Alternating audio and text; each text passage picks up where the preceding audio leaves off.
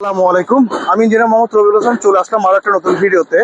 আমি আজকে আপনাদেরকে দেখাবো এই যে কলামটা বাইন্ডিং করা হয়েছে, এই যে টাইগুলো আছে, টাইগুলা মোটামুটি সবগুলা বাঁধা কমপ্লিট আর প্রায় কাজ শেষ। কিন্তু যখনই কাজটা চেক দেওয়ার জন্য আসা হয়েছে, দেখা যাচ্ছে যে আপনার এই যে কলামের মধ্যে যে টাই ভীম গুলো আছে, যে ইন্টারনাল রিং গুলো আছে, এই যে টাই রিং গুলা, এগুলো কিন্তু মিসিং করছে। একটু কাইন্ডলি যদি দেখান, এদিকে আসেন।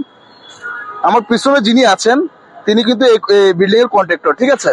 এখানে যে রিং গুলো থাকার কথা, টাই গুলো থাকার কথা ছিল, ওনারা এগুলো মিস করছে।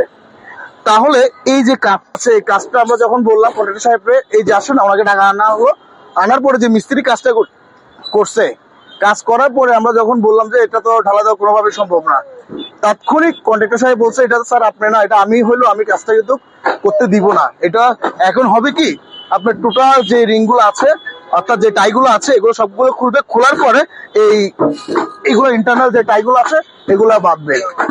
এই কাজটা যদি আমাদের গ্রামের কোনো কন্ট্রাক্টর কিংবা মিস্ত্রিকে আমরা যদি এই ভুলগুলো ধরতাম, তখন ওই কন্ট্রাক্টর কিংবা মিস্ত্রি বলতো স্যার এটা কিচ্ছু করতে হবে না, একটা কাজ করি আমরা, এই রিংটা আপনার করে কেটে ঢুকাই দিয়ে আপনার কাজ করি। অথবা উনি আমাদের সাথে বার্গেনিং করে বলতো কিচ্ছু হবে না স্যার, ঢালাই দিয়ে দিই।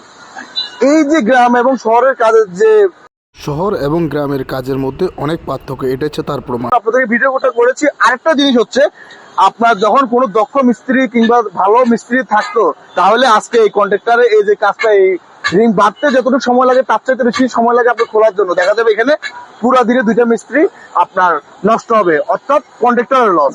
সেক্ষেত্রে আমরা অবশ্যই খেয়াল রাখবো, কাজ করানোর সময় অভিজ্ঞ মিস্ত্রি দিয়ে কাজ করাবো এবং